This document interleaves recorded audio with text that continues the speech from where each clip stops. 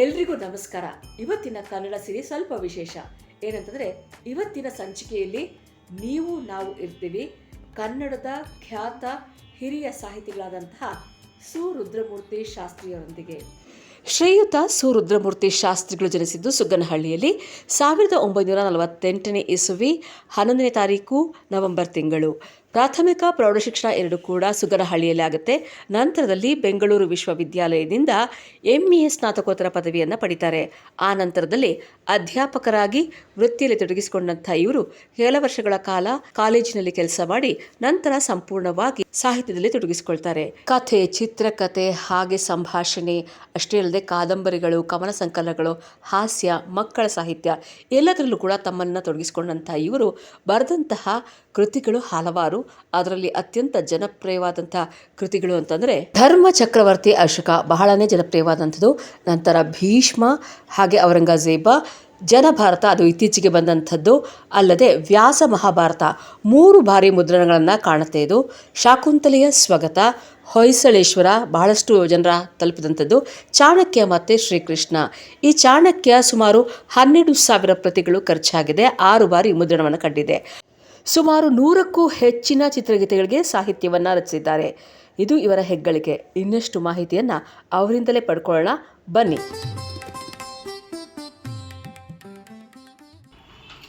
ಸಮಸ್ತ ಕನ್ನಡ ಮನಸ್ಸುಗಳಿಗೆ ನಮಸ್ಕಾರ. ಹಾಗೆ ಕನ್ನಡ ಸಿರಿ ಯೂಟ್ಯೂಬ್ ಚಾನಲ್ಗೆ ಆತ್ಮೀಯವಾದಂತಹ ಸ್ವಾಗತ.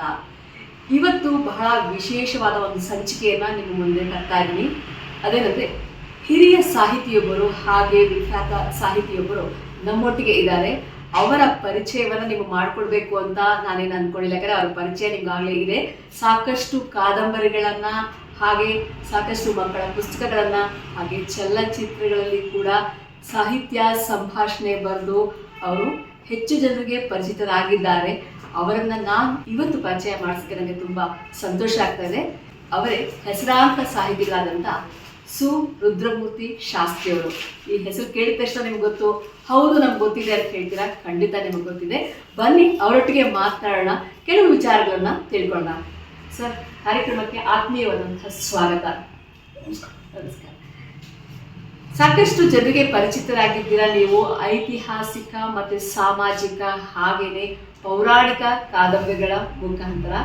ಹಾಗೆ ನಿಮ್ಮ ಮೂಲ ಪರಿಚಯ ಮಾಡಿಕೊಳ್ಳದೆ, ನೀವು ಅಧ್ಯಾಪಕ ವೃತ್ತಿಯಲ್ಲಿ ಇದ್ದಂಥವ್ರು. SJR ಕಾಲೇಜಿನಲ್ಲಿ ಕನ್ನಡ ಪ್ರಾಧ್ಯಾಪಕರಾಗಿ ಕೆಲಸ ಮಾಡ್ತಿದ್ದೇನೆ. ಆ ಒಂದು ವೃತ್ತಿಯನ್ನು ಬಿಟ್ಟು ಈಗ ಸಾಹಿತ್ಯದ ಮೇಲೆ ಆಸಕ್ತಿ ಬಂದಿದ್ದು ನಿಮಗೆ ಯಾವಾಗ? ಅಂದರೆ ಮೊದಲಿನಿಂದ ಚಿಕ್ಕ ವಯಸ್ಸಿಂದ ಸಾಹಿತ್ಯದ ಮೇಲೆ ಆಸಕ್ತಿ ಇಲ್ಲ, ಆ ನಂತರದಲ್ಲಿ ಸಾಹಿತ್ಯದ ಮೇಲೆ ಆಸಕ್ತಿ ಮೂಡಿ ಬಂದಿದ್ದ ಅಂತ? ಒಂದು ರೀತಿಯಲ್ಲಿ ಚಿಕ್ಕಂದಿಂದಲೂ ನನಗೆ ಸಾಹಿತ್ಯದ ಆಸಕ್ತಿ ಜೊತೆಯಲ್ಲೇ ಬೆಳ್ಕೊಂಡು ಬಂತು. ನಾನು ಓದುವಾಗಲೂ ಕೂಡ ನಮ್ಮ ಹೈಸ್ಕೂಲ್ ವಾತಾವರಣದಲ್ಲಿ ನಮಗೆ ಸಾಕಷ್ಟು ಕನ್ನಡ ಪಂಡಿತರುಗಳೆಲ್ಲ ನನಗೆ ಎನ್ಕರೇಜ್ ಮಾಡ್ತಾಯಿದ್ರು. ನಾನು ಆಮೇಲೆ ಓದಿದ್ದು ಕೂಡ ಕನ್ನಡದಲ್ಲಿ ಆನರ್ಸು, ಕನ್ನಡದಲ್ಲಿ MA ಮಾಡಿದ್ರಿಂದ ಆ ಸಾಹಿತ್ಯದ ಒಡನಾಟ ನನ್ನ ಜೊತೆಯಲ್ಲೇ ಬಂದಿದ್ದರಿಂದ ನನಗೆ ಸಾಹಿತ್ಯದ ಆಸಕ್ತಿ, ಬರವಣಿಗೆ ನನಗೆ ಹೈಸ್ಕೂಲ್ ಕಾಲದಿಂದಲೇ ಬೆಳ್ಕೊಂಡು ಬಂತು ಅಂತ ಹೇಳಿದ್ರೆ ತಪ್ಪಿಲ್ಲ. ಅಂದರೆ ಹಾಗೆಯೇ ನೀವು ವೃತ್ತಿಯನ್ನು ಸಂಪೂರ್ಣವಾಗಿ ತ್ಯಜಿಸಿ ಈ ಒಂದು ಇದಕ್ಕೆ ಬರೋದಿಲ್ಲ? ತ್ಯಜಿಸೋ ಉದ್ದೇಶ ಏನಿರಲಿಲ್ಲ ನನಗೆ. ರೇಣುಕಾಚಾರ್ಯ ಈವ್ನಿಂಗ್ ಕಾಲೇಜಲ್ಲಿ ನಾನು ಅಧ್ಯಾಪಕನಾಗಿ ಕೆಲಸ ಮಾಡ್ತಾ ಇದ್ದೆ. ಅದು ಒಂದು 8-10 ವರ್ಷ ಅಲ್ಲಿ ಸರ್ವಿಸ್ ಆದಮೇಲೆ ಆ ಈವ್ನಿಂಗ್ ಕಾಲೇಜನ್ನು ಕ್ಲೋಸ್ ಮಾಡಿ ಬೇರೆ ಕಾಲೇಜಿಗೆ ಹೋಗೋ ಆಸಕ್ತಿ ನನಗಿಲ್ಲದೆ ನಾನು ಆ ವೃತ್ತಿನೇ ಬಿಟ್ಬಿಟ್ಟು ಬರವಣಿಗೆ ಮೇಲೆ ಜೀವನ ಮಾಡಬೇಕು ಅಂತ ಬಂಡ ಧೈರ್ಯ ಮಾಡಿ ನಾನು ಮುಂದುವರೆದೆ ಅಷ್ಟೇ. ಬರವಣಿಗೆಯನ್ನು ನೀವು ಜೀವನಕ್ಕೆ ಆರಿಸಿಕೊಂಡಾಗ ಹೇಗೆ ಅನ್ನಿಸ್ತು? ಅಂದರೆ ಬಹುಶಃ ಆವಾಗ ನಿಮಗೆ ಆಯ್ಕೆ ಸರಿ ತೋರಿಸ್ತಾ ಸ್ಟಾರ್ಟಿಂಗಲ್ಲಿ? ಯಾಕಂದರೆ ನೀವು ಇವತ್ತು ಆಗಿನ ಕಾಲದಲ್ಲಿ ಸಾಹಿತ್ಯಕ್ಕೆ ಎಷ್ಟು ಮಹತ್ವ ಇತ್ತು ಅಂತ ನೀವು ಅಂತಂದರೆ ಆ ಒಂದು ಕ್ಷೇತ್ರಕ್ಕೆ ಬಹುಶಃ ಈಗಿಂತ ಆಗಲೇ ಜಾಸ್ತಿ ಮಹತ್ವ ಇತ್ತು ಇಲ್ಲ. ಸಾಹಿತ್ಯವನ್ನು ನಂಬಿ ಜೀವನ ಮಾಡೋದು ಅನ್ನೋದು ಬಹಳ ಬಂಡ ಧೈರ್ಯ. ಅದಕ್ಕೆ ಕೇಳಿದ್ದೆ. ಹಿಂದೆ ಎಲ್ಲ ಪಾಪ ಅನಕೃಷ್ಣ ತರಾಸು ಅಂತ ಅವರೆಲ್ಲ ಪಾಪ ಭಾಳ ಕಷ್ಟಪಟ್ಟಿದ್ದಾರೆ. ಈಗ ನಾವು ಈ ಕಾಲದಲ್ಲಿ ಸಾಹಿತ್ಯವನ್ನು ನಂಬಿ ಜೀವನ ಮಾಡೋದು ತುಂಬಾ ಕಷ್ಟ. ಆದರೂ ನಾನು ಯಾವ ಧೈರ್ಯದ ಮೇಲೆ ಅದನ್ನು ಆರಿಸ್ಕೊಂಡು ಗೊತ್ತಿಲ್ಲ. ನಾನೇ ಮಾಡಿಕೊಂಡು ಆಯ್ಕೆ ಆಗಿರೋದ್ರಿಂದ ಅದರ ಕಷ್ಟ ಸುಖ ನಾನೇ ಅನುಭವಿಸ್ಬೇಕು. ಆದರೂ ನಾನು ಪೂರ್ತಿ ಪುಸ್ತಕ ಹೋದ ಹಾಗೆ ನನ್ನ ಸಾಹಿತ್ಯದನ್ನು ಇಲ್ಲಿವರೆಗೂ ಕಾಪಾಡ್ಕೊಂಡು ಬಂದಿದ್ದೀನಿ. ಹಾಗೆ ಬಹಳ ಬಹಳ ನಿಮ್ಮ ಬಹಳಷ್ಟು ಪುಸ್ತಕಗಳು ಜನಪ್ರಿಯ ಆಗಿದೆ. ಅದರಲ್ಲಿ ಬಹುಶಃ ಚಾಣಕ್ಯ ಅತ್ಯಂತ ಹೆಚ್ಚು ಮುದ್ರಣ ಕಂಡಂತಹ ಪುಸ್ತಕ ಅನ್ಸುತ್ತೆ ಅಲ್ವಾ? ಸುಮಾರು 12,000 ಪ್ರತಿಗಳನ್ನ ಇಲ್ಲಿವರೆಗೂ. ಚಾಣಕ್ಯ ಆಗಿದೆ, ಅಶೋಕ ಕಾದಂಬರಿ ಸಾಕಷ್ಟು, ಅಶೋಕ, ಹಾಗೆ ಔರಂಗಜೇಬ ಕೂಡ ಒಂದು 2-3 ಎಡಿಷನ್ ಆಗಿದೆ. ನಾನು ಗಮನಿಸಿದ ಹಾಗೆ ನೀವು ಮಕ್ಕಳ ಸಾಹಿತ್ಯ ಕೂಡ ಬರೀತೀರಾ, ಹಾಗೇನೆ ಚಲನಚಿತ್ರ ಗೀತೆಗಳನ್ನು ಕೂಡ ಬರ್ತಿದ್ದೀರಾ, ನಂತರದಲ್ಲಿ ಕೆಲವು ಚಿತ್ರಗಳಿಗೆ ಸಂಭಾಷಣೆಯನ್ನು ಕೂಡ ಬರ್ತಿದ್ದೀರಾ. ಸೊ ಜಾಸ್ತಿ ಚಿತ್ರರಂಗದಲ್ಲಿ ತೊಡಗಿಸ್ಕೊಳ್ಳಕ್ಕೆ ಹೋಗ್ಲಿಲ್ವಾ ಅಂತ ಕೇಳಿ. ಇಲ್ಲಿ ತೊಡಗಿಸ್ಕೊಳ್ಳೋ ಪ್ರಶ್ನೆ ಇಲ್ಲವೇ ಇಲ್ಲ. ಅಲ್ಲಿ ನಮಗೊಂದು ಅವಕಾಶ ಸಿಕ್ಕಿದಾಗ ನಾವು ಆ ಕೆಲಸ ಮಾಡೋದಷ್ಟೇ. ನಾವು ಅಲ್ಲಿ ನಾವು ಹುಡುಕೊಂಡು ಹೋಗೋಕ್ಕಾಗಲ್ಲ. ಹೌದು, ಅವಕಾಶಗಳು ನಮ್ಮ ಅಗತ್ಯವನ್ನ ಬೇರೆಯವರು ಫೀಲ್ ಮಾಡಿ ನಮ್ಮಿಂದ ಕೆಲಸ ಮಾಡಿಸ್ಬೋದು ಅಂತ ಕರ್ಕೊಂಡು ಹೋಗ್ಬೇಕಷ್ಟೆ. ನಾನು ಇದು ಮಾಡ್ತೀನಿ ಅದು ಮಾಡ್ತೀನಿ ನನಗೆ ಕೆಲಸ ಕೊಡಿ ಅಂತ ನಾವು ಕೇಳೋದಿರೋದಿಲ್ಲ. ಹೇಳೋದು ಅದು ಪ್ರಸ್ತುತವಲ್ಲ, ಚೆನ್ನಾಗೂ ಇರೋದಿಲ್ಲ. ಅದರಿಂದ ಅದು ಎಷ್ಟು ಅವಕಾಶ ಸಿಕ್ತು ಅಷ್ಟು ಕೆಲಸವನ್ನು ಮಾಡೋದಕ್ಕೆ ನಾವು ಪ್ರಯತ್ನ ಪಟ್ಟಿದ್ದೇವೆ. ಸುಮಾರು 100 ಚಿತ್ರಗಳೇ ಹೆಚ್ಚು ಕಡಿಮೆ ಸಾಹಿತ್ಯವನ್ನು ಬರೆದಿಲ್ಲ, ಹಾಡುಗಳನ್ನ ಬರೆದಿಲ್ಲ. 100ಕ್ಕಿಂತ ಹೆಚ್ಚು ಸಿನಿಮಾಗಳಾಗಿದೆ. ಸಂಭಾಷಣೆ, ಕಥೆ ಇವೆಲ್ಲ ನನಗೊಂದು 8-10 ಸಿನಿಮಾ ಆಗಿರ್ಬೋದು ಅಷ್ಟೇ. ಗೀತೆಗಳನ್ನ ಸಾಕಷ್ಟು ಬರೆದಿದ್ದೀರಾ. ಹೌದು, ನಾವೇ ಸುಮಾರು ಸತಿ ಕೇಳಿದ್ವಿ. ಅದರಲ್ಲೂ 7 ಸುತ್ತಿನ ಕೋಟಿ, ಏನೋ ಮಾಡೋದು, ಆಮೇಲೆ ಪ್ರೇಮಾನುರಾಗ, ಹೃದಯ ಗೀತೆ, ಕೆಲವು ಜನಪ್ರಿಯವಾದ. ಸೊ ಇವಿಷ್ಟು ನಿಮ್ಮ ಸಾಹಿತ್ಯಕ್ಕೆ ಸಂಬಂಧಪಟ್ಟ ಹಾಗೆ. ಅಂದ್ರೆ ನಾನು ನಿಮ್ಮ ಸಾಹಿತ್ಯದಲ್ಲಿ ಗಮನಿಸೋದು ಐತಿಹಾಸಿಕ ಮತ್ತೆ ಪೌರಾಣಿಕ ಕಾದಂಬರಿಗಳನ್ನ ಹೆಚ್ಚಾಗಿ ಬರೆದಿಲ್ಲ. ಅದಕ್ಕೇನಾದ್ರೂ ಒಂದು ಸ್ಪಷ್ಟವಾದಂತಹ ಕಾರಣ ಇದೆ? ತುಂಬಾ ಆ ವಿಚಾರಗಳನ್ನ ತಗೊಂಡು ಕಾದಂಬರಿ ಬರೀಲಿ. ಏನಿಲ್ಲ, ಮೊದಲು ನಮ್ಮ ಅಸ್ತಿತ್ವದ ಪ್ರಶ್ನೆ ಆಗಿದ್ದರಿಂದ ಬೇರೆ ಪ್ರಕಾಶಕರಿಗೋಸ್ಕರವಾಗಿ ಕೆಲವು ಪುಸ್ತಕಗಳು, ಸಂಗ್ರಹಗಳು, ಈ ವಚನದ ಸಂಗ್ರಹಗಳು, ಹಳಗನ್ನಡದಿಂದ ಹೊಸಗನ್ನಡ ಕೃತಿಗಳು, ಇಂಥವೆಲ್ಲ ಸಾಕಷ್ಟು ಮಾಡಿದೆ. ಆದರೆ ಎಲ್ಲೋ ಒಂದು ಕಡೆ ನಾನು ಚರಿತ್ರೆಯನ್ನು ಓದಿದ ವಿದ್ಯಾರ್ಥಿ ಆಗಿರೋದ್ರಿಂದ ಕನ್ನಡ ಸಾಹಿತ್ಯದ ಜೊತೆಗೇ ಕರ್ನಾಟಕದ ಚರಿತ್ರೆ, ಕರ್ನಾಟಕದ ಸಂಸ್ಕೃತಿ ಬಗ್ಗೆ ಕೂಡ ನಾವು ಅಭ್ಯಾಸ ಮಾಡೋದ್ರಿಂದ ಓದೋವಾಗ ಅದು ಎಲ್ಲೋ ಒಂದು ಕಡೆ ಆ ಚರಿತ್ರೆಯ ಆಸಕ್ತಿ, ಆಕರ್ಷಣೆ ಸಾಕಷ್ಟಿತ್ತು. ಅದು ಮೊದಲನೇದು ನಾನು ಅಶೋಕ ಬರೆದಾಗ ಅದು ಸ್ವಲ್ಪ ಕ್ರಮೇಣವಾದ ಯಶಸ್ವಿ ಆಗ್ತಾ ಬಂತು. ಆಮೇಲೆ ಹೆಚ್ಚಿಗೆ ನಾನು ಅದರಲ್ಲೇ ತೊಡ್ಕೊಳ್ಳೋಕ್ಕೆ ಸಾಮಾನ್ಯವಾದ ವಲಯವನ್ನು ಬಿಟ್ಟು ನನ್ನನ್ನು ನಾನು ಗುರುತಿಸ್ಕೊಳ್ಳೋಕ್ಕಾದ್ರೂ ಬೇಕು ಅನ್ನೋ ಕಾರಣಕ್ಕೋಸ್ಕರವಾಗಿ ಐತಿಹಾಸಿಕ ಗ್ರಂಥಗಳನ್ನು ಅಥವಾ ಐತಿಹಾಸಿಕ ಕೃತಿಗಳನ್ನು ಈ ಐತಿಹಾಸಿಕ ಮತ್ತೆ ಈ ಪೌರಾಣಿಕ ಕಥೆಗಳನ್ನ ಬರೆಯುವಾಗ ಕೆಲವೊಂದು ಚಾಲೆಂಜಸ್ ಇರುತ್ತೆ. ಅದರಲ್ಲೂ ಮುಖ್ಯವಾಗಿರುತ್ತದೆ ಇತಿಹಾಸಕ್ಕೆ ಸಂಬಂಧಪಟ್ಟಾಗ ನಾವು ತಯಾರಿ ನಡೆಸಲೇಬೇಕಾಗುತ್ತೆ ತುಂಬಾನೇ. ಆ ತಯಾರಿಯ ಹಂತಗಳು ಹೇಗಿರುತ್ತೆ ಅಂದರೆ ತುಂಬಾ ರೆಫರೆನ್ಸ್ ವರ್ಕ್ ಎಲ್ಲ ಮಾಡಬೇಕಾಗುತ್ತೆ. ಅದು ಸ್ವಲ್ಪ ಟೈಮ್ ಜಾಸ್ತಿ ತಗೊಳಕ್ಕೆ ಅನ್ಸುತ್ತೆ ನಿಮಗೆ. ಆದರೆ ಏಕೆಂದರೆ ಹಿಸ್ಟ್ರಿ ತಗೊಂಡಾಗಲೇ ಒಂದು ನಮ್ಮ ಜವಾಬ್ದಾರಿ ಮಾಡಬೇಕು. ಈಗ ಹಿಸ್ಟ್ರಿ ಅನ್ನೋದು ಬರೀ ನಾವು ಹಿಸ್ಟ್ರಿ ಬರೀತಾ ಇಲ್ಲ. ಬರೀ ಹಿಸ್ಟ್ರಿ ಬರೆಯೋದಾದ್ರೆ ಈ ಹಿಸ್ಟ್ರಿ ಬರೆಯೋರು ಯಾರಾದ್ರು ಬರೆದಿರೋ ಒಂದು ಪುಸ್ತಕ, ಒಂದು ವರದಿ ಥರನೋ ಇನ್ನೇನು ಥರನೋ, ಇಷ್ಟನೇ ವಯಸ್ಸಲ್ಲಿ ಬಂದ, ಇಷ್ಟು ರಾಜ್ಯವಾಡ, ಈ ಯುದ್ಧ ಮಾಡೋದ, ಇಲ್ಲಿ ಪಟ್ಟಾಭಿಷೇಕ ಆಯಿತು, ಇಷ್ಟು ನಾವು ಬೆಳ್ಕೊಳ್ತಾ ಹೋಗೋದು ಅದೆಲ್ಲ ನಮಗೆ ಅಲ್ಲಿ ಹಿಸ್ಟ್ರಿಯ ಒಳಗಡೆ ಇರತಕ್ಕಂಥ ಒಂದು ವ್ಯಕ್ತಿತ್ವಗಳನ್ನ ಅಥವಾ ಕಾಲದ ವ್ಯಕ್ತಿತ್ವಗಳನ್ನ, ನಮ್ಮ ಜನಜೀವನ, ನಮ್ಮ ಸಂಸ್ಕೃತಿ ಸಂಬಂಧಪಟ್ಟಂಗೆ ಹಿಸ್ಟ್ರಿಯ ಭಾಗದಿಂದ ಅಥವಾ ಹಿಸ್ಟಾರಿಕಲ್ ಹೀರೋಗಳಿಂದ ನಮಗೇನು ಸಿಗುತ್ತೆ ನಾವು ಸಂಶೋಧನೆ ಮಾಡಬೇಕಾಗುತ್ತೆ. ಅದನ್ನ ಜನಗಳಿಗೆ ಆಸಕ್ತಿದಾಯಕವಾಗಿ ಕೊಡ್ಬೇಕಾಗ್ತದೆ, ಕಟ್ಕೊಡ್ಬೇಕಾಗತ್ತೆ. ಅದು ಮೊದಲು ನಮಗೆ ಖುಷಿ ಕೊಡ್ಬೇಕು, ಆಮೇಲೆ ಓದ್ತೋದು ತಮಗೆ ಆ ವ್ಯಕ್ತಿತ್ವನ ಕಟ್ಟಿ ಕೊಡೋದು ಒಂದು ದೊಡ್ಡ ಚಾಲೆಂಜ್. ಹೌದು, ಆ ಕಾಲಘಟ್ಟದಲ್ಲಿ ನಾವಿರೋದಿಲ್ಲ, ಹಾಗೆ ಅಲ್ಲಿ ಏನಾಗಿತ್ತು ಅಂತ ನಮ್ಗೆ ಅಷ್ಟೊಂದು ಸ್ಪಷ್ಟತೆ ಇರೋದಿಲ್ಲ. ಆದ್ರೆ ಅದನ್ನ ನಾವು ತಕ್ಕ ಹಾಗೆ ಕಟ್ಟಿಕೊಡೋದು. ಯಾಕೆಂದ್ರೆ ನಮ್ಮ ಕಾದಂಬರಿ ಫಿಕ್ಷನ್ ಯಾವುದೇ ಆದ್ರೂ ಕೂಡ ಅದನ್ನ ನಾವು ಹಿಸ್ಟ್ರಿ ಬರಿಬೋದು, ಪುರಾಣ ಬರಿಬೋದು, ಯಾವುದಾದ್ರೂ ಬರಿಬೋದು, ಬೇಸಲ್ಲಿ ಅದು ಇದ್ದೇ ಇರ್ತದೆ. ಆದ್ರೆ ಆ ಬೇಸ್ನೇ ನಾವು ಮೇಲೆ ತಗೋಬೇಕಾಗಲ್ಲ. ಆ ಬೇಸ್ ಇಟ್ಕೊಂಡು ನಾವು ಬೇರೆ ಕಟ್ಟಡ ಕಟ್ಟಬೇಕಾಗಲ್ಲ. ಅದಕ್ಕೆ ಹೇಳ್ಬೇಕಾಗತ್ತೆ. ಅದಕ್ಕೆ ಬೇಕಾದ ಮೆಟೀರಿಯಲ್ ನಾವು ಇಟ್ಟಿಗೆ ಉಪಯೋಗಿಸ್ತಾ ಇದ್ದೀವೋ, ಇನ್ನೇನು ಉಪಯೋಗಿಸ್ತಾ ಇದ್ದೀವೋ ಅದನ್ನ ಬಳಸ್ಕೊಂಡು ಅದನ್ನ ಯಾವ ರೀತಿ ಕಲಾತ್ಮಕವಾಗಿ ಬಳಸೋದು ನಮ್ಮ ಕೈಲಿ ಆಗಿದೆ ಅನ್ನೋದು ಬಹಳ ಮುಖ್ಯ ಆಗುತ್ತೆ. ನಾನು ಚಾಣಕ್ಯ ಓದಿದಾಗ ನನಗೆ ಹಾಗೆ ಅನಿಸಿದ್ದು. ನಿಜಕ್ಕೂ ನಾವು ಆ ಕಾಲಘಟ್ಟಕ್ಕೆ ಹೋದ್ವೇನೋ, ಅದು ಒಂದೊಂದು ಪುಟ ಓದಿದಾಗ ಬಹಳ ಆಸಕ್ತಿಕರ ಅನಿಸ್ತು. ಹಾಗೇನೆ ಓದಿಸ್ಕೊಂಡು ಹೋಗುತ್ತೆ. ಅಂದ್ರೆ ಯಾವುದೇ ಪುಸ್ತಕ ನಿಮ್ದಿರ್ಬೋದು, ಇಲ್ಲಿ ನಿಲ್ಲಿಸ್ಬೋದು ಅಂತ ಅನ್ಸುತ್ತೆ. ಆದರೆ ಆ ಕಂಟಿನ್ಯೂಟಿ ಮುಂದೇನಾಗುತ್ತೆ ಅಂತ ಓದಿಸ್ಕೊಂಡು ಹೋಗ್ತಲ್ಲ, ಅದು ಬಹಳ ಒಂದು ದೊಡ್ಡ ಒಂದು ಒಳ್ಳೆಯ ಕೌಶಲ್ಯ ಅಂತ ನಾನು ಖಂಡಿತ ಹೇಳ್ಬೋದು. ಖಂಡಿತ ನನಗೂ ಅದ್ರ ಬಗ್ಗೆ ಒಂದು ಹೆಮ್ಮೆ ಇದೆ. ಯಾಕಂದ್ರೆ ನಾನು ಭಾಷೆ ಬಗ್ಗೆ ಜೊತೆಗೆ ನಾನು ಸಂದರ್ಭಗಳನ್ನು ಸೃಷ್ಟಿ ಮಾಡುವಾಗಲಿ, ಪಾತ್ರಗಳ ಸೃಷ್ಟಿ ಮಾಡುವಾಗಲಿ ಅದು ಓದುಗರಿಗೆ ಆಸಕ್ತಿ ಹುಟ್ಟಿಸ್ಬೇಕು, ಅದನ್ನ ಮನಸ್ಸಿಗೆ ಸೆಳೆಬೇಕು. ಆ ಥರದ ಬರೆಯೋದಕ್ಕೆ ಒಂದು ಒಂದು ಶಕ್ತಿ ನನಗಿದೆ ಅಂತ ನನಗೆ ಅಂದ್ಕೊಂಡಿದ್ದೀನಿ. ಅದು ನನಗೆ ಪ್ರಿಯವಾಗಿದ್ದು ಕೂಡ. ಯಾಕೆಂದರೆ ನಾವು ಏನೇ ಹೇಳಿದ್ರು ಮೊದಲು ಮನಸ್ಸಿಗೆ ಮುಟ್ಟಬೇಕು.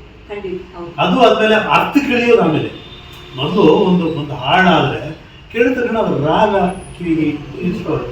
ಆಮೇಲೆ ಅಲ್ಲಿ ಏನು ಸಾಹಿತ್ಯ ಅಂತ ನೆಕ್ಸ್ಟ್ ಸ್ಟೆಪ್ ಹೋಗ್ತದೆ.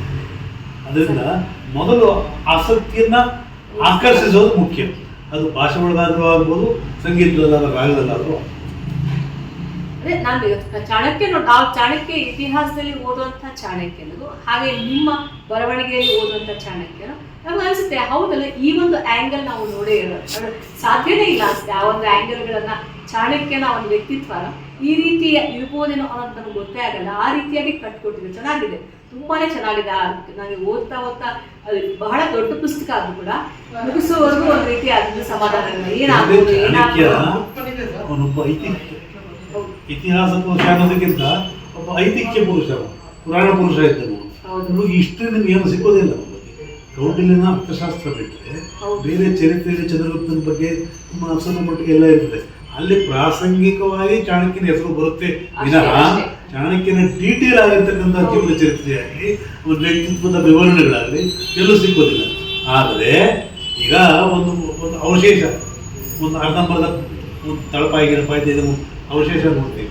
ಒಬ್ಬ ಬುದ್ಧಿವಂತನಾಗಿರ್ತಕ್ಕಂಥ ಒಬ್ಬ ಇಂಜಿನಿಯರ್ ಆದರೆ, ವಾಸ್ತುಶಿಲ್ಪಿ ಆದರೆ ಅದನ್ನು ನೋಡಿಕೊಂಡು ಅದು ಹೆಂಗಿತ್ತು, ಅದು ಯಾವ ರೂಪದಲ್ಲಿತ್ತು, ಆ ಕಟ್ಟಡ ಹೆಂಗಿತ್ತು, ಅದನ್ನ ಏನೇನು ಹಾಕಿ ಬಳಸಿ ಅವರು ಮಾಡಿದ್ದಾರೆ ಅಂತ ಅದನ್ನು ರೀಕನ್ಸ್ಟ್ರಕ್ಟ್ ಮಾಡಬಲ್ಲ.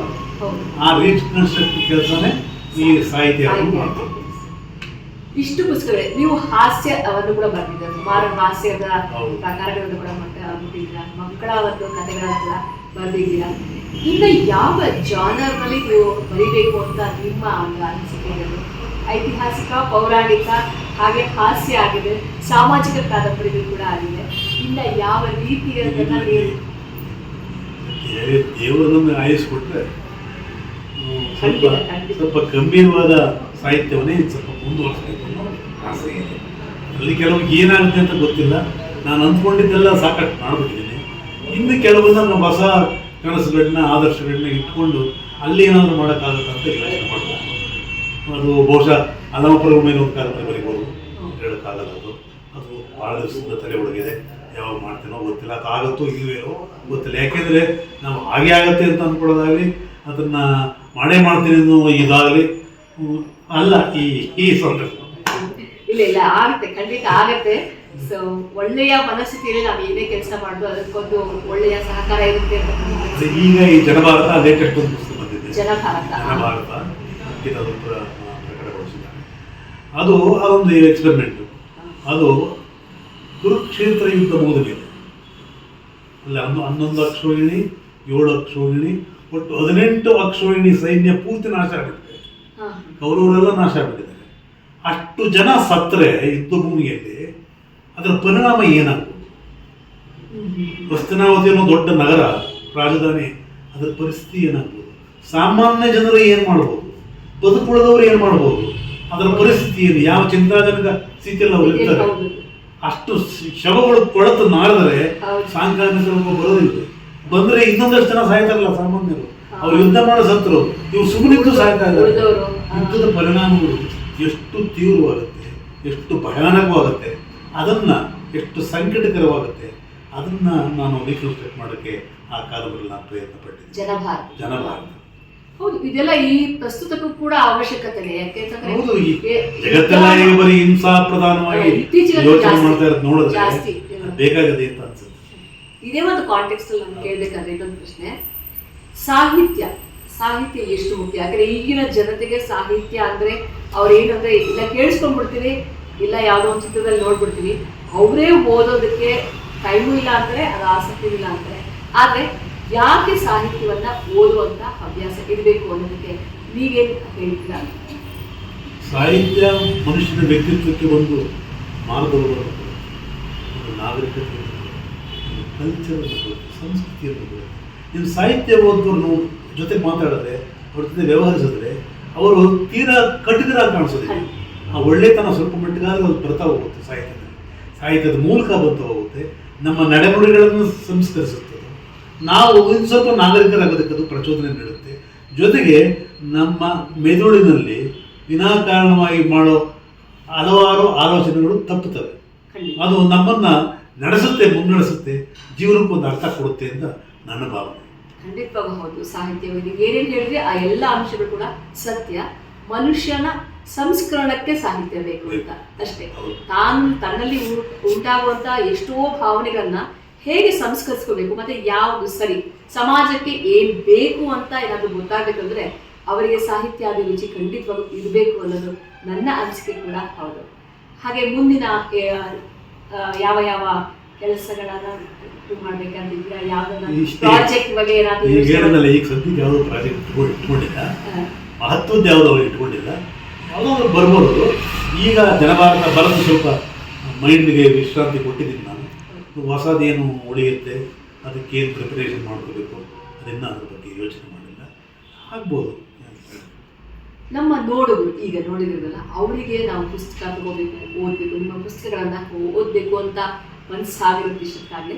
ಅವರಿಗೆ ನೀವು ಓದಬೇಕು ಅಂತಂದರೆ ಯಾವ ಇದರ ಪ್ರಕಾಶನದ ಮುಖಾಂತರ ನಿಮ್ಮ ಪುಸ್ತಕಗಳು ಸಿಗ್ಬೋದು ಅಂತ ಹೇಳ್ತೀವಿ? ನನ್ನ ಪುಸ್ತಕಗಳನ್ನ ಮುಖ್ಯವಾಗಿ ಅಂಕಿತದವರು ಮಾಡ್ತಾ ಇದ್ದಾರೆ, IBH ಮಾಡ್ತಾ ಇದ್ದಾರೆ, ಕೆಲವು ವಸಂತ ಪ್ರಕಾಶನ ಅಂತ ಬಂದಿದೆ, ನಮ್ಮ ಮೈಸೂರಿನ ತನುಮನ ಪ್ರಕಾಶನ, ಇವರು ಮುಖ್ಯವಾಗಿ ನನ್ನ ಪುಸ್ತಕಗಳು ಮಾಡ್ತಾ ಇದ್ದಾರೆ. ಬಂದವನ್ನು ಮಾಡ್ತಾ ಇದ್ದಾರೆ. ಜೊತೆಗೆ ಪ್ರಕಾಶಕರಿಂದ ನಾನು ಬರವಣಿಗೆಯನ್ನು ಬದುಕಾಗಿಟ್ಕೊಂಡು ನಾನು ಜೀವನ ಮಾಡ್ತಾ ಇದ್ದೀನಿ. ಅದನ್ನು ಪ್ರಕಾಶಕರ ಉಪಕಾರ ನನ್ನ ಮೇಲೂ ಇದೆ, ಅದನ್ನು ನಾನು ಸ್ಮರಿಸ್ತೀನಿ. ಖಂಡಿತ ಹೌದು. ಗೊತ್ತಾಯ್ತಲ್ಲ ನಿಮಗೆ ಇವರ ಪುಸ್ತಕಗಳು ಯಾವ ಯಾವ ಇದ್ರ ಮುಖಾಂತರ ಪ್ರಕಾಶನಗೊಳ್ಳುತ್ತೆ ಅಂತ. ಹಾಗೆ ನಿಮಗೆ ಬೇಕಾದ ಅಂಗಡಿಗಳಲ್ಲೂ ಕೂಡ ಪುಸ್ತಕಗಳು ಸಾಕಷ್ಟು ಸಂಖ್ಯೆಯಲ್ಲಿ ಸಿಗ್ತಾ ಇದೆ. ಹಾಗೆ ಇವೆಲ್ಲವೂ ಕೂಡ ಒಮ್ಮೆ ಓದಬೇಕಾದಂತಹ ಪುಸ್ತಕಗಳು ತುಂಬಾ ಇದೆ. ಸಾಮಾಜಿಕ ಕಾದಂಬರಿ ಇರ್ಬೋದು ಅಥವಾ ಐತಿಹಾಸಿಕ ಕಾದಂಬರಿ, ಪೌರಾಣಿಕ ಕಾದಂಬರಿ. ನೀವು ಇಲ್ಲಿವರೆಗೂ ಓದಿರೋ ರೀತಿಯೇ ಬೇರೆ. ಈ ಪುಸ್ತಕಗಳನ್ನು ಓದುವಾಗ ನಿಮಗೆ ಸಿಗುವಂತಹ ಅನುಭವವೇ ಬೇರೆ ಆಗುತ್ತೆ. ಹಾಗೆ ಇದು ಪ್ರತಿಯೊಬ್ಬರ ಬರವಣಿಗೆಯಲ್ಲೂ ಸಿಗಬಹುದಂತ ಭಿನ್ನತೆ. ಹಾಗಾಗಿ ಖಂಡಿತ ಪುಸ್ತಕಗಳನ್ನು ಓದುವಂಥ ಸಂಸ್ಕೃತಿ ಬೆಳೆಸ್ಕೊಳ್ಳಿ ಅಂತ ಹೇಳ್ತಾ, ಇಲ್ಲಿಯವರೆಗೂ ನಮ್ಮ ಜೊತೆ ಇದ್ದು ನಮಗೆ ಅವರು ಅವಕಾಶ ಮಾಡಿಕೊಟ್ಟು ಮಾತಾಡೋದಕ್ಕೆ ನಮಗೆ ಸಹಕರಿಸೋದಕ್ಕಾಗಿ ಖಂಡಿತ ಇದೊಂದು ಅವಕಾಶಕ್ಕೆ ನಾನು ಬಹಳ ನಿಮಗೆ ಋಣಿಯಾಗಿರ್ತೀನಿ ಅಂತ ಹೇಳ್ಬೋದು. ಬಹಳ ಸಂತೋಷ. ನಿಜಕ್ಕೂ ಹೇಳ್ತೀರ, ನಿಮ್ಮ ಜೊತೆ ಮಾತಾಡೋದು, ನಿಮ್ಮಂಥವರ ಜೊತೆ ಸ್ವಲ್ಪ ಕಾಲ ಕಳೆಯೋದು ನಮಗೆ ಬಹಳ ಒಳ್ಳೆಯ ಅನುಭವವನ್ನು ಕೊಡುತ್ತೆ. ಆ ಅನುಭವ ಕೊಟ್ಟಿದ್ದಕ್ಕಾಗಿ ನಾನು ತುಂಬಾ ಚಿರಋಣಿಯಾಗಿರ್ತೇನೆ. Thank you. ಹಾಗೆ ಯೂಟ್ಯೂಬ್ ನೋಡ್ತಾ ಇರೋ ಅಷ್ಟೇ ಅಲ್ಲ, ಈ ಒಂದು ಸ್ಥಳಾವಕಾಶವನ್ನು ಮಾಡಿಕೊಟ್ಟಂತಹ IBH ಪ್ರಕಾಶನ ಸಂಸ್ಥೆ ಇವರಿಗೂ ಕೂಡ ನಾನು ಹೃತ್ಪೂರ್ವಕವಾದಂತಹ ಧನ್ಯವಾದಗಳನ್ನ ಹೇಳ್ತೀನಿ. ಇಲ್ಲಿ ನೀವು ಬಂದು ಸಾಕಷ್ಟು ಸಂಖ್ಯೆಯಲ್ಲಿ ಪುಸ್ತಕಗಳಿದೆ, ತಗೋಬಹುದು. ಪುಸ್ತಕವನ್ನ ಕೊಂಡು ಓದಿ, ಹಾಗೆ ಮನೆಯಲ್ಲಿ ಇಟ್ಕೊಡಿ. ಅದೊಂದು ಸಂಸ್ಕೃತಿ. ಪುಸ್ತಕಗಳು ಮನೆಯಲ್ಲಿದ್ರೆ ಅರ್ಧಕ್ಕರ್ಧ ಜನಕ್ಕೆ ಮನಃಶಾಂತಿ ಸಿಗುತ್ತೆ ಅನ್ನೋದು ಖಂಡಿತ. ಯಾವತ್ತೋ ಒಂದೇ ಒಂದು ಪೇಜ್ ಓದಿದ್ರು ಸಾಕು, ನಿಮಗೆ ಆ ಓದುವಿನ ಹವ್ಯಾಸ ಮುಂದುವರುತ್ತೆ, ಅಭ್ಯಾಸ ಮುಂದುವರುತ್ತೆ. ಮಕ್ಕಳಿಗೆ ನಾವು ಹೇಳ್ಕೊಳ್ಬೇಕಾಗಿರೋದು ಇಷ್ಟಲ್ಲೇ, ಪುಸ್ತಕವನ್ನ ಓದಬೇಕು. ಮೊಬೈಲ್ನಲ್ಲಿ ಏನೇ ಸಿಗ್ಬೋದು, ಆದರೆ ಒಂದು ಅಕ್ಷರದ ಸಂಪರ್ಕ ಇರಬೇಕು ಅಂದರೆ ಪುಸ್ತಕಗಳನ್ನ ಓದ್ಬೋದು. ಯಾಕೆ ಹೇಳ್ತಾ ಇದ್ದಾರೆ, ಇಲ್ಲಿ ದೊಡ್ಡವರಿಗೆ, ಮಧ್ಯ ವಯಸ್ಕರಿಗೆ, ಮಕ್ಕಳಿಗೆ, ಯಾರಿಗೆ ಬರೀ ಹಾಸ್ಯದ ಅಭಿರುಚಿ ಇದೆ ಅವ್ರಿಗೂ ಎಲ್ಲ ರೀತಿಯ ಪುಸ್ತಕಗಳನ್ನು ಕೂಡ ಬರೆದಿದ್ದಾರೆ ಸಾಹಿತಿಗಳಾದಂಥ ಸುರುದ್ರಮೂರ್ತಿ ಶಾಸ್ತ್ರಿಯವರು. ಹಾಗಾಗಿ ಕೊಂಡು ಓದಿ ಅಂತ ಹೇಳ್ತಾ ಎಲ್ಲರಿಗೂ ಕೂಡ ಧನ್ಯವಾದಗಳು. ಹೆಚ್ಚಿನ ಸಂಖ್ಯೆಯಲ್ಲಿ ನೋಡಿ, ಹಾಗೆ ಇಷ್ಟ ಆದರೆ ಸಬ್ಸ್ಕ್ರೈಬ್ ಮಾಡಿ, ಹಾಗೆ ತುಂಬ ಜನರೊಂದಿಗೆ ಹಂಚಿಕೊಳ್ಳಿ ಅಂತ ಹೇಳ್ತಾ ಇವತ್ತಿನ ಸಂಚಿಕೆಯನ್ನು ಮುಗಿಸ್ತೀನಿ. ನಮಸ್ಕಾರ. ಚಿತ್ರೀಕರಣಕ್ಕೆ ಸಹಕಾರ ನೀಡಿದಂತಹ IBH proprietor Shri HK Lakshminarayana Adiga ಅವರಿಗೆ ಹೃತ್ಪೂರ್ವಕವಾದಂತಹ ಧನ್ಯವಾದಗಳನ್ನು ತಿಳಿಸ್ತಾ, ನಿಮಗೆ ಪುಸ್ತಕಗಳು ಬೇಕಾದಲ್ಲಿ ನೀವು ಈ ಸಂಖ್ಯೆಗೆ ಕರೆ ಮಾಡಬಹುದು. ಹಾಗೆ NR ಕಾಲೋನಿಯಲ್ಲಿರುವಂತಹ IBHಗೆ ವಿಸಿಟ್ ಮಾಡಿ ಬೇಕಾದ ಪುಸ್ತಕಗಳನ್ನು ನೀವು ಪಡೆದುಕೊಳ್ಳಬಹುದು. ಹಾಗೆ ನಮಗೆ ಚಿತ್ರೀಕರಣಕ್ಕೆ ಸಹಕರಿಸಿದಂತಹ ಸುರೇಶ್, ಪ್ರಹ್ಲಾದ್ ಗೌಡ ಹಾಗೆ ಉಮೇಶ್ ಅಡಿಗ ಅವರಿಗೆ ಹೃತ್ಪೂರ್ವಕವಾದಂಥ ಧನ್ಯವಾದಗಳು. ಇನ್ನೂ ಹೆಚ್ಚಿನ ವಿಡಿಯೋಗಳಿಗಾಗಿ ಸಬ್ಸ್ಕ್ರೈಬ್ ಮಾಡ್ಕೊಳ್ಳಿ ಕನ್ನಡ ಸಿರಿ ಯೂಟ್ಯೂಬ್ ಚಾನಲ್. ಲೈಕ್ ಮಾಡಿ, ಕಮೆಂಟ್ ಮಾಡಿ ಹಾಗೆ ಶೇರ್ ಮಾಡಿ, ಅನಿಸಿಕೆಗಳನ್ನು ತಿಳಿಸಿ ಅಂತ ಹೇಳ್ತಾ ಮತ್ತೆ ಸಿಗೋಣ. ನಮಸ್ಕಾರ.